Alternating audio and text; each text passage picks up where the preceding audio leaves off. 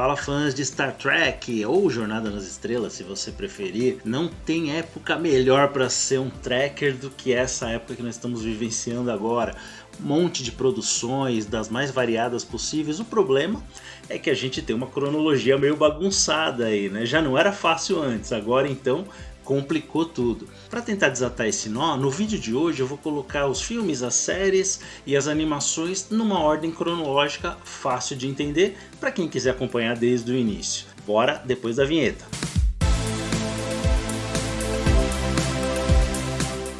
Fala pessoal, Beto Fernandes aqui, sejam muito bem-vindos ao canal Quadrante Alpha. Se possível, já deixa um like, se inscreve no canal, isso ajuda muito, dá uma motivação a mais para fazer esse tipo de conteúdo.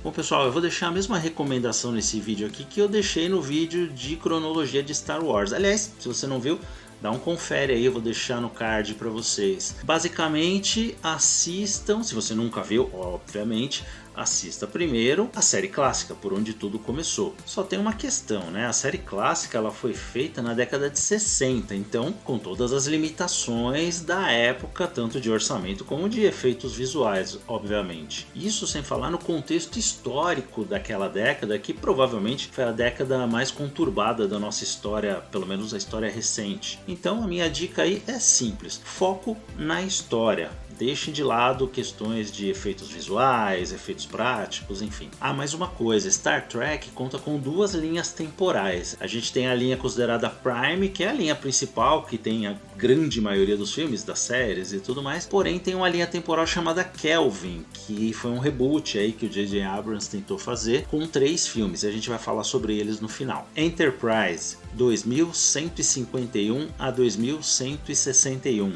Série que se passa cerca de 100 anos antes dos eventos da série clássica de Kirk, McCoy, Spock e companhia. Essa série conta as aventuras do capitão Jonathan Archer e a tripulação da nave estelar Enterprise NX-01, a primeira a atingir a velocidade de dobra 5, muito antes da formação da Federação Unida dos Planetas. Enterprise teve apenas 4 temporadas, o que é uma pena, porque a série era muito boa, os personagens eram interessantes e ela tinha uma abertura simplesmente linda, música, tema também muito legal. Discovery, primeira e segunda temporadas, 2255. Outra série prequel, isso é antes da série original, ela se passa cerca de 10 anos antes dos eventos da série clássica e acompanha as aventuras da personagem Michael Burnham, que serviu com alguns capitães até ela finalmente assumir o comando da USS Discovery. Essa série apresenta uma quantidade absurda de inconsistências, como a personagem principal, por exemplo, ser irmã do Spock, algo que nunca tinha sido falado ou citado antes. Tecnologias também absurdamente avançadas se comparadas com a série clássica. E uma desculpa esfarrapada para que ninguém nunca tivesse falado sobre essa nave antes, então é bem complicada essa série. Da terceira temporada em diante, a série vai parar 1000 anos no futuro. Assim,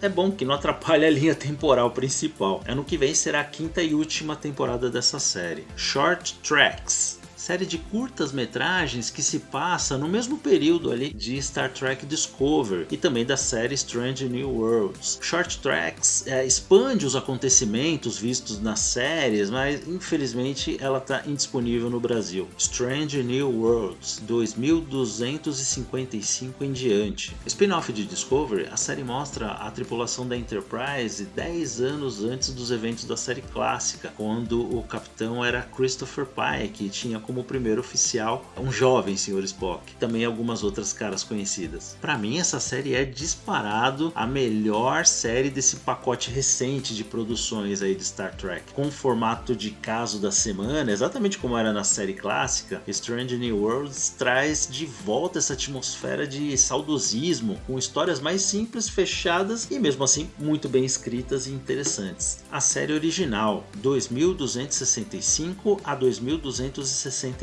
onde tudo começou. A famosa missão de 5 anos com o famoso trio Kirk, Spock e McCoy, explorando novos mundos, novas civilizações, audaciosamente indo onde ninguém jamais esteve. Qual fã de Star Trek não tem essa frase decorada? Foram 3 temporadas que revolucionaram a maneira de contar histórias de ficção científica, mostrando um futuro otimista, sem guerras, pelo menos sem guerras aqui na Terra, né? Guerra contra outras outras raças alienígenas aconteciam. E sem fome, sem doenças, enfim, com a humanidade convivendo pacificamente com respeito e tolerância. Star Trek se consolidou como um dos maiores fenômenos da cultura pop e da ficção científica, com fãs espalhados pelo mundo inteiro, mantendo viva essa franquia por quase 60 anos. A série animada 2269 a 2270. Em 1973, impulsionado por uma série de pedidos dos fãs, cartas e tudo mais, foi lançada uma série animada. Com 2 temporadas e contando com um material original, a animação continuava exatamente de onde a série clássica parou, completando assim aquela missão de 5 anos que não tinha terminado. Uma curiosidade, a pedido do próprio Gene Roddenberry, essa série foi descanonizada, né? Não foi considerado mais como material oficial de toda a história. Só mais recentemente que ela foi recanonizada e ficou considerada assim, e atualmente dessa forma continua sendo válida para o universo de Star Trek. Jornada nas Estrelas, o filme, 2271. Uma imensa nuvem de energia está se movendo em direção à Terra, destruindo tudo no meio do caminho. A Enterprise é enviada para investigar, pois, como sempre, ela é a única nave próxima. Graças ao sucesso de Star Wars no cinema, o estúdio deu o sinal verde para esse primeiro filme de Jornada nas Estrelas. O filme em si ele é bem paradão, ele lembra muito episódios da série clássica, como se fosse um episódio bem esticado, o que na verdade acabou não agradando muito o público de uma maneira geral, que esperava, por ser um filme de cinema, um pouco mais de ação. Mas para o fã mais fervoroso foi muito bom ver Jornada nas Estrelas de volta, ainda mais no cinema. Jornada nas Estrelas 2, A Ira de Khan, 2285. Após supervisionar manobras de treinamento a bordo da Enterprise, o almirante Kirk recebe um pedido de socorro de Regula One. Ao investigar, ele se depara com um antigo inimigo, Khan Noonien Singh, considerado por muitos como o melhor filme de toda a saga de Star Trek. Diferente do primeiro filme,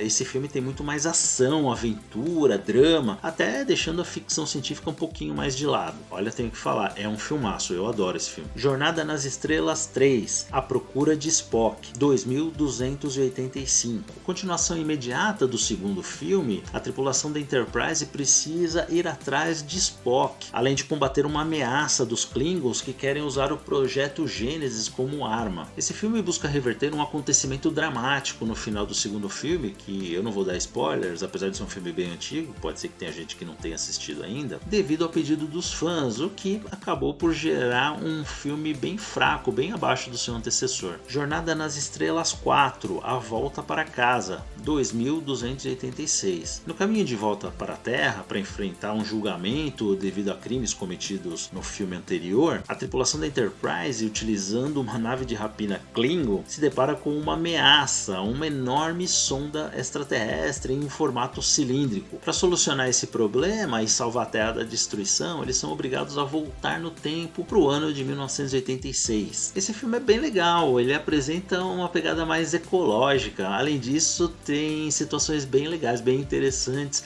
envolvendo a boa e velha viagem no tempo, que é característica de Star Trek. Jornada nas Estrelas 5, A Fronteira Final, 2287. A Enterprise é enviada para o planeta Nimbus 3 a fim de resolver uma situação envolvendo o sequestro de 3 embaixadores. Lá eles descobrem que o responsável pelo sequestro é Sybok, meio-irmão de Spock, e que usou o caso como isca para conseguir o seu objetivo, ir até o centro da galáxia para encontrar Deus.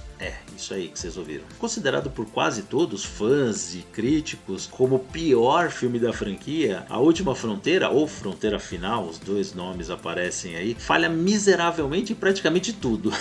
Roteiro, efeitos visuais, atuações, propósito, direção, etc. Sério, olha, nada se salva nesse filme. Jornada nas Estrelas 6, A Terra Desconhecida, 2293. Após a destruição de seu satélite natural, o Império Klingon busca a paz com a Federação. Porém, após uma conspiração e assassinato de um chanceler Klingon, Kirk e McCoy são condenados e enviados para uma prisão de segurança máxima. Um ótimo filme com um clima de espionagem e tensão política bem legais, assim, fazendo clara analogia à Guerra Fria, com consequências que seriam abordadas nas produções seguintes de Star Trek. A nova geração, 2364 a 2370. Cerca de 100 anos após os eventos da série clássica, aqui acompanhamos as aventuras da tripulação da Enterprise NCC 1701D, tendo como capitão Jean-Luc Picard, interpretado por Patrick Stewart, o professor Charles Xavier do filme dos X-Men. Embora tenha começado bem devagar, com episódios bem fracos na primeira temporada, a série foi crescendo em qualidade de uma forma espetacular e até surpreendente, nos apresentando episódios memoráveis, assim, numa das melhores séries de ficção científica de todos os tempos, sério. Deep Space Nine, 2369 a 2375. Spin-off da série A Nova Geração, Deep Space Nine se passava quase que totalmente numa estação espacial cardassiana, abandonada após a ocupação do planeta Bajor. Após a Federação assumir a estação, foi descoberta uma fenda espacial, ou um buraco de minhoca para ser exato, que leva diretamente para o quadrante gama da galáxia. Com uma tripulação bem diversa, tratando com muito mais ênfase de assuntos, digamos assim, mais espinhosos, como política, por exemplo, mas sem deixar de lado a ficção científica, evidentemente, e comandado pelo excelente comandante Benjamin Sisko, depois é que ele virou capitão, interpretado pelo ator Avery Brooks. Na minha humilde opinião, Deep Space Nine é a melhor série de Star Trek.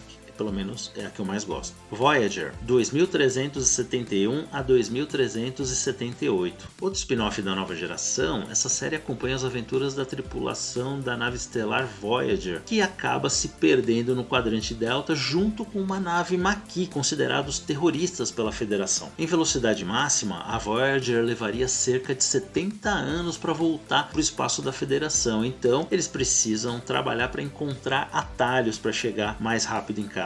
Essa série sofreu algumas críticas no começo, eu mesmo confesso que eu não gostei muito do início, mas é outra série que foi melhorando muito com o passar do tempo e olha, muitos episódios icônicos foram apresentados nessa série, é uma série bem bacana também. Star Trek Generations, 2293 a 2371. O aposentado Capitão Kirk é chamado para a viagem inaugural da nave estelar Enterprise NCC 1701B. Ao se depararem com uma estranha faixa de energia, ele ajuda na evacuação de duas naves que estavam presas lá nesse fenômeno, porém ele desaparece e é dado como morto. 78 anos depois, a Enterprise D, de Picard e companhia, se depara com Soran, um cientista que quer voltar para aquele fenômeno chamado Nexus e que não se importa em destruir um sistema solar inteiro para conseguir o seu objetivo. Esse filme serviu como uma espécie de passagem de bastão da série clássica para a nova geração, que tinha terminado suas 7 temporadas e ia começar aí sua sequência no cinema. O ponto alto desse filme, pelo menos para os fãs, é a interação do Capitão Kirk com o Capitão Picard, que se encontram lá no Nexus. E o ponto fraco, pelo menos na minha opinião, foi a despedida do Capitão Kirk, que, no meu entendimento, merecia um final mais glorioso. Primeiro Contato, 2373. Um cubo Borg chega à Terra e, após conseguirem destruí-la, a tripulação da Enterprise, agora NCC 1701E, percebe que uma pequena nave consegue escapar e viaja para o passado, fazendo com que a Enterprise tenha que seguir essa nave para evitar qualquer mudança na história. Sendo assim, eles chegam no ano de 2063, quando ocorre o primeiro contato da Terra com uma raça alienígena. Embora conte com alguns furos de roteiro, assim como as questões sempre problemáticas envolvendo viagem no tempo, Primeiro Contato é o meu filme favorito da nova geração. Insurrection, 2375. A tripulação da Enterprise se rebela contra a frota estelar ao descobrir uma conspiração para roubar o planeta da pacífica espécie chamada Baku. Um dos filmes mais fracos de toda a franquia, na minha opinião, Insurreição ou Insurrection parece um episódio esticado da nova geração. Porém, muitos fãs até gostaram justamente por isso, porque estavam com saudades da nova geração e esse episódio de 2 horas aí acabou agradando os fãs. Nemesis, 2379.